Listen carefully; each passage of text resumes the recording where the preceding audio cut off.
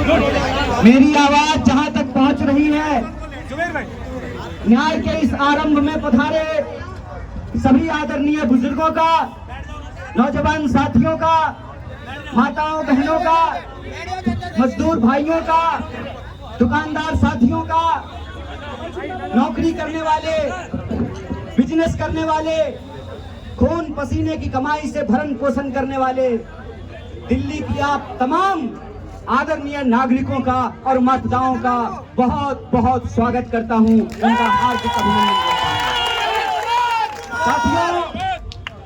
साथियों, सबसे पहले तो मैं आपको दिल की गहराइयों से आप सब जो इस न्याय के आरंभ में शामिल हुए हैं उनको धन्यवाद देते हुए एक आश्वासन देता हूं।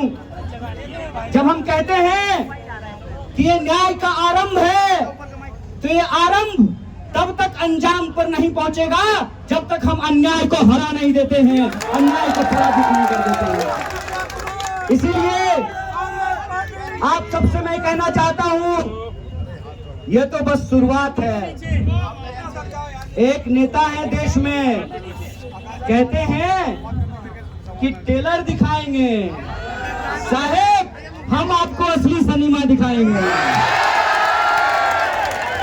हम आपको असली सिनेमा दिखाएंगे, हम आपको असली सिनेमा दिखाएंगे, क्योंकि मेरा नाम कन्हैया है और भगवान श्री कृष्ण का जन्म जेल में हुआ था। आपने हमको जेल में डाला, आप इस देश के विपक्ष के मुंह पर ताला लगाना चाहते हैं, विपक्ष के नेताओं को जेल में डालना चाहते हैं। जब आपने हमको जेल में डाला था उसी तिहार में, तो वहां से निकल करके हमने इस देश की सत्ता को चुनौती दिया था। हमने कहा था कि जब तक जेल में चना रहेगा, आना जाना लगा रहेगा। याद रखिएगा, ये वो देश है कि हम सहते भी हैं और जब पानी सर से ऊपर उड़ जाए तो अपनी पूरी ताकत से उसके खिलाफ लड़ते भी हैं। ये याद रखिएगा कि जब जब इस देश में सत्ता अहंकारी होती है, जब जब इस देश में पाप बढ़ता है, जब जब इस देश में अत्याचार बढ़ता है, तब तब उस अत्याचार के खिलाफ न्याय का एक आरंभ होता है, न्याय की एक लड़ाई की शुरुआत होती है। और एक बात आपका फोटो और एक बात मैं आप सबसे कहना चाहता हूं कि धर्म का क्या मतलब होता है। धर्म का मतलब होता है निर्बल को शक्ति देना, धर्म का मतलब होता है सत्य के साथ खड़ा होना।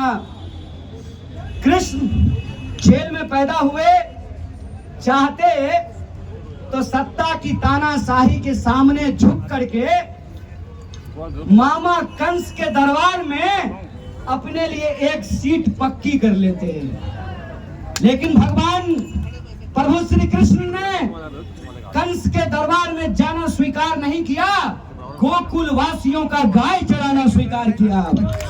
इसीलिए आज जब मैं आपके बीच खड़ा हूं, ये इतिहास का एक शानदार संयोग है।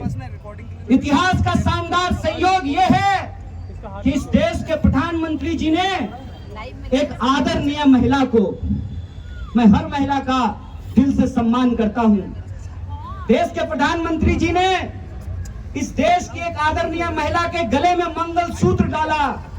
उस महिला का नाम यशोदा है और मेरा नाम कन्हैया है। ये याद रखिएगा, ये इतिहास का संयोग है कि हम गंगा किनारे पैदा हुए, हमारी जन्मभूमि गंगा के किनारे है और आज हमारी कर्मभूमि यमुना का किनारा बन रहा है। और हम किताबों में पढ़ा करते थे कि यह कदम का पेड़ अगर माँ होता यमुना तीरे, मैं भी उस पर बैठ कन्हैया बनता धीरे। के सामने किसी एक व्यक्ति को सांसद बनाने का सवाल नहीं। आज आप तमाम लोगों के सामने किसी एक व्यक्ति को प्रधानमंत्री बनाने का सवाल नहीं है। आज आप तमाम लोगों के सामने किसी एक गठबंधन का सरकार बनाने का सवाल नहीं है। सवाल यह है कि इस देश के आम नागरिकों के आत्मसम्मान के साथ खेला जा रहा है। वोट की लड़ाई में मुझे कोई दिक्कत नहीं है। वोट की लड़ाई में कोई एक बार सांसद बने, 2 बार सांसद बने कि 10 बार सांसद बने, मुझे इस बात से दिक्कत नहीं है। लेकिन मैं समझता हूं कि जो मौजूदा शाह और तानाशाह हैं, ये सिर्फ आपसे वोट नहीं चाहते हैं, ये चाहते हैं कि दोबारा आपके ऊपर अंग्रेजों की गुलामी थोप दी जाए। ये चाहते हैं कि इस देश में जो संविधान बना, बापू ने जिसके लिए खून बहाया, बापू ने अपनी जान गंवाई, शहीद बापू कहा करते थे, रघुपति राघव राजा राम, पतित पावन सीताराम, ईश्वर अल्लाह तेरो नाम, सबको सन्मति दे भगवान। बापू की उस देश में जब डॉक्टर बाबा साहब भीमराव अंबेडकर ने कहा कि संविधान की व्यवस्था में चाहे हेलीकॉप्टर पर उड़ने वाला इंसान हो या जूता सिलने वाला इंसान हो, सबका वोट बराबर होगा। यह जो संविधान की ताकत है, उस संविधान की ताकत को आप कमजोर कर रहे हैं। एक सवाल मैं आपसे पूछना चाहता हूं, इस देश में सरकार बनाने के लिए 280 सीट काफी है। इस देश में बेरोजगारी समाप्त करने के लिए 280 सीट काफी है। इस देश में महंगाई खत्म करने के लिए 280 सीट काफी है। आप तमाम नागरिक अपने दिल पे हाथ रख करके जरा सोचिएगा कि 400 सीट इनको क्यों चाहिए? ऐसा कौन सा काम है जो ये नहीं किए हैं और करना चाहते हैं? ये कौन सा टेलर की बात कर रहे हैं और ये कौन सा फिल्म हमको दिखाना चाहते हैं? इसके बारे में आप विचार कीजिएगा। इसीलिए आज जब हम आपके बीच आए हैं तो 3 मुख्य बिंदु पे आपको ध्यान देना पड़ेगा। पहला, मैं प्रत्याशी नहीं हूं। नॉर्थ ईस्ट दिल्ली के अंदर जो 24 लाख लोग हैं वो प्रत्याशी हैं, उनको प्रत्याशी बनना पड़ेगा। ये बात मैं इसलिए कह रहा हूं कि आप सोचिए, दिल्ली में 7 सीट है, 6 सीट पे टिकट काट दिया गया।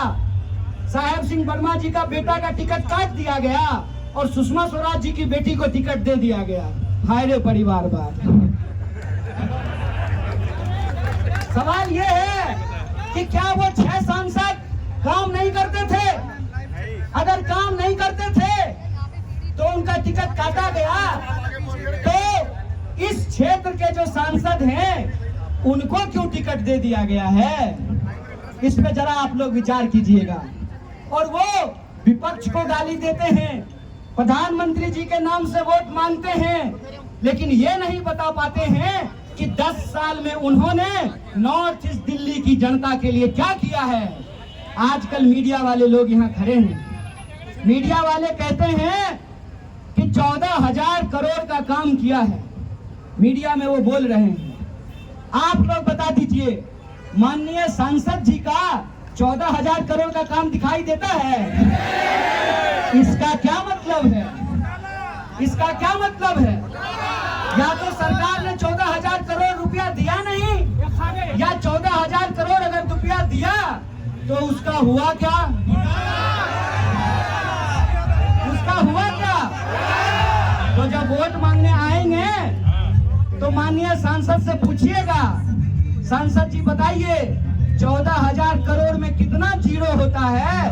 क्योंकि 10 साल में तो आपने सिर्फ जीरो ही दिया है। और दूसरी बात, ये आपके आत्मसम्मान की लड़ाई है। 6 सीट पे कैंडिडेट बदल दिया, आपका कैंडिडेट क्यों नहीं बदला? क्यों? क्योंकि उनको लगता है कि चुनाव के वक्त माननीय सांसद महोदय आएंगे, थोड़ा मनोरंजन करेंगे और वोट लेकर के चले जाएंगे। ऐसा होगा क्या? ऐसा आप होना देना चाहते हैं? इसीलिए मैंने कहा कि मैं कैंडिडेट नहीं हूं। आपको अपने हक और अधिकार के लिए नॉर्थ ईस्ट दिल्ली में रहने वाले जो आम लोग हैं, अपने आत्मसम्मान के लिए इस बार प्रत्याशी बनना पड़ेगा। आपको चुनाव लड़ना पड़ेगा। बोलिए, चुनाव लड़ेंगे? आप सब प्रत्याशी हैं ना? आप सब MP हैं ना? एक मीडिया वाले पूछ रहे थे कि कुछ नेता नाराज हैं। नेता नाराज हो जाए तो हो जाए मैडम, जनता नहीं नाराज होना चाहिए। और जनता जिससे नाराज हो जाती है ना, कितना भी सेटिंग गेटिंग कर लीजिए, ऐसा परसेंटेज बढ़ाएंगे ना नॉर्थ ईस्ट दिल्ली के लोग कि सब सेटिंग घर में ही रखा रह जाएगा। और आखिरी बात ये कि मेरी कहानी और आपकी कहानी बहुत अलग नहीं है। जब मैं पहली बार दिल्ली में सांसद का प्रत्याशी बना कांग्रेस पार्टी की ओर से, इंडिया अलायंस की ओर से, तो सबसे पहली प्रतिक्रिया आई कि मैं बाहरी आदमी हूं। बोलिए, बिहारी आदमी को बाहरी कहना ही कोई नया बात है? बिहारी को तो बाहरी कहते हैं ना जी। लेकिन याद रखिएगा, ये बिहारी जिसको आप बाहरी कहते हैं, वो अगर आता नहीं तो आपका रोड नहीं साफ हो पाता, आप टेम्पू पे नहीं चढ़ पाते, आपकी सड़कें नहीं बनती, आपका बिल्डिंग नहीं बनता। और हम खाली मजदूरी नहीं करते हैं, हम गृह मंत्रालय जहाँ जैसा के पप्पा बैठते हैं वहाँ सेक्रेटरी भी बनते हैं। और ये इस देश के संविधान की ताकत है कि एक आंगनबाड़ी का बच्चा भी पीएचडी करके ऑल इंडिया रैंक 1 ला करके अपने नाम में शान से डॉक्टर कन्हैया कुमार लगा सकता है। ये इस देश के संविधान की ताकत है। इसीलिए मैं आप सबसे ये अपील करता हूं, आप जानते हैं कि नॉर्थ ईस्ट दिल्ली में 10 विधानसभा है और हमारे पास कोई साधन संसाधन नहीं है। हमने जो है कोई दवा कंपनी बनाने वाली बेईमान कंपनी से इलेक्टोरल बॉन्ड से चंदा नहीं लिया है। हमारी तो पार्टी का खाता भी सीज कर दिया गया है और कोई विरासत तो हमारे पास है नहीं। कोई हम गृह मंत्री हैं कि हमारा बेटा बीसीसीआई का सेक्रेटरी बन जाएगा, ना हमारे बाबूजी गृह मंत्री हैं, हमारी माताजी तो आंगनबाड़ी में काम करती हैं, तो ना हमारे पास न धन है न संसाधन है। लेकिन हमारे पास एक चीज है, सूरत के लोगों की सीरत आप लोगों की नहीं होने देंगे। सूरत का उम्मीदवार भाग गया और वहां के लाखों वोटर देखते रह गए और बिना चुने ही कोई एमपी बन गया। यहाँ खड़ा होकर के हम इस देश का नमक खाए हैं। आपके सामने ये शपथ लेते हैं कि हमारे शरीर में, हमारे रगों में आखिरी कतरे तक हम अन्याय के खिलाफ न्याय के लिए लड़ते रहेंगे, हम भागने वाले नहीं हैं। इसीलिए आपसे हम अपील करते हैं कि ये लड़ाई अन्याय के खिलाफ न्याय की लड़ाई है और इस न्याय की लड़ाई में बोलिए, आप न्याय योद्धा बनने के लिए तैयार हैं कि नहीं है? अगर आप न्याय योद्धा बनने के लिए तैयार हैं तो इस लड़ाई को हम पूरी शिद्दत से लड़ेंगे। आप अपनी आखिरी सांस तक लड़ेंगे, आप अपने आखिरी खून के बूंद तक लड़ेंगे, इस बात को याद रखिएगा।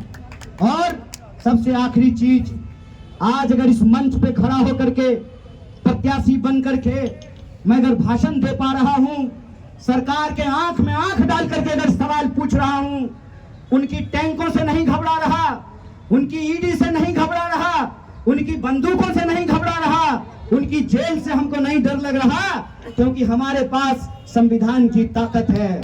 इसीलिए आज की नामांकन रैली में हम हाथ में प्रस्तावना लेकर के आए हैं, इस देश के संविधान की प्रस्तावना लेकर के आए हैं। उस प्रस्तावना की ताकत को हम लोगों को बचा करके रखना पड़ेगा। जैसे हमारे पुरखों ने अंग्रेजों से लड़ करके हमको स्वतंत्रता दिलाई और स्वतंत्रता सेनानी बने, उसी तरह से उस स्वतंत्रता के बाद जो संविधान बना है, जिस संविधान की ताकत से आज आंगनबाड़ी का बच्चा भी कुर्ता पहन करके भाषण दे रहा है, उस संविधान की ताकत को हमको बचाना है। जैसे स्वतंत्रता सेनानियों ने आजादी दिलाई, वैसे संविधान सेनानी बन करके हमको संविधान की रक्षा करनी पड़ेगी। बोलिए, आप संविधान सेनानी बनने को तैयार हैं? अगर आप न्याय योद्धा हैं, संविधान सेनानी हैं, तो ये हमारा ऐलान है कि अन्याय के खिलाफ न्याय के संघर्ष को हम जरूर जीतेंगे। एक बार पुनः आदरणीय मंच को बहुत बहुत आभार व्यक्त करते हुए और आप तमाम लोगों को धन्यवाद कहते हुए शुक्रिया कहते अपनी बात को खत्म करूंगा। शुक्रिया। इनकलाब जिंदाबाद। जय हिंद।